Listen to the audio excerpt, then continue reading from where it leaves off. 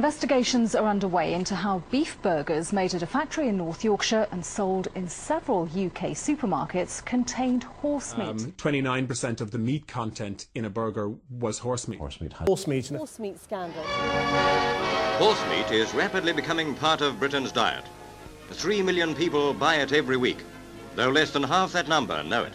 As a horse meat scandal in Britain is quickly spreading across Europe, and food safety authorities are warning it could go global. Markets like this one up and down the country, consumers are thinking twice about what they buy. Products now known to contain horse meat have been taken off the shelf. Mum!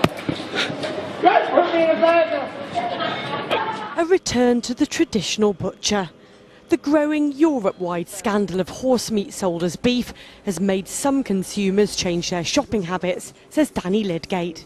We found some growth in products like minced beef, pies and sausages, and people now trust their local butchers much. I think it's better to go to the butchers to get their meat there. It's far more better than getting packaged meat from the shop. Work has been temporarily stopped at this slaughterhouse in northern England and a meat processing plant in Wales after a raid by police and food regulators. Regulators suspect rogue suppliers tried to pass off cheaper horse meat as beef in order to increase their profits. Consumers were horrified. That's horrible. Like, as a student, I'm buying the cheaper stuff, so I don't like to have to buy. I know it's not made very nicely. The fact it's got horse in it, I was like. You're told to look at what's on the packet and what the label says, and then suddenly you discover that there's all sorts of things that aren't there. So it's a bit worrying, really, isn't it? How much can you trust? People can eat a ready meal every day now. In the 80s, you wouldn't have had a ready meal every day. You wouldn't have even been able to afford doing it every day.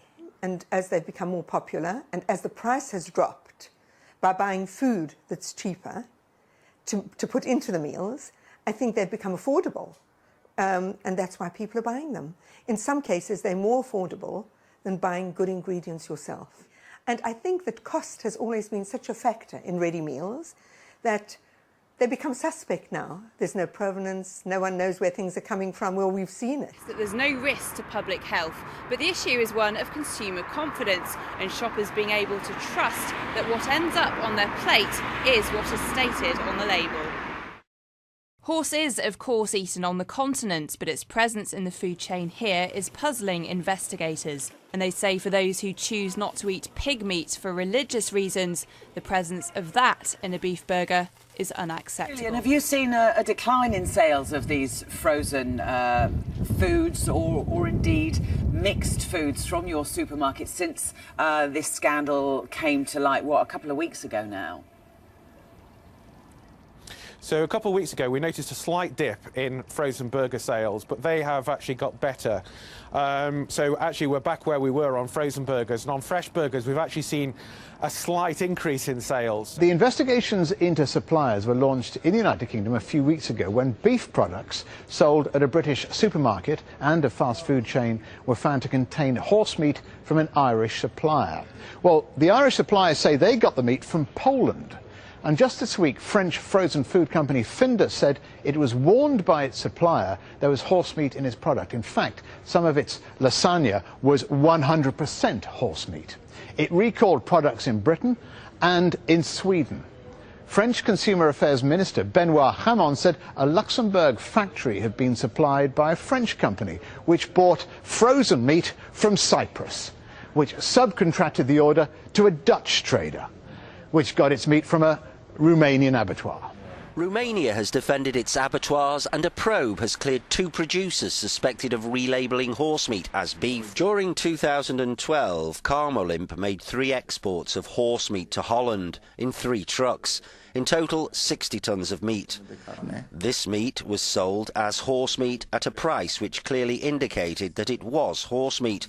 Our partner has asked for horse meat and received, with all the necessary documents, horse meat. Investigations are to continue to find out at which point in the complex chain the horse meat became beef. Today, it dropped one of its major suppliers. The supermarket chain found that meat used by Ireland-based Silvercrest originated from outside the UK and Ireland, in violation of Tesco's policy. Tesco says it has evidence that its supplier of frozen burgers, Silvercrest, used meat in its products that were not on the official list of suppliers. It also says it'll introduce a comprehensive system of DNA testing across its meat products to ensure that horse meat never again enters the food chain. On its website, Silvercrest says, "At Silvercrest we produce the highest quality frozen beef, lamb and pork burgers and grill steaks." Genon Labs in West Yorkshire is one of the few labs in the country able to carry out DNA testing on meat products.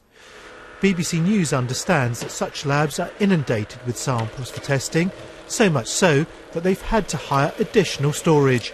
It's more important to us at Tesco than the trust of you, our customers.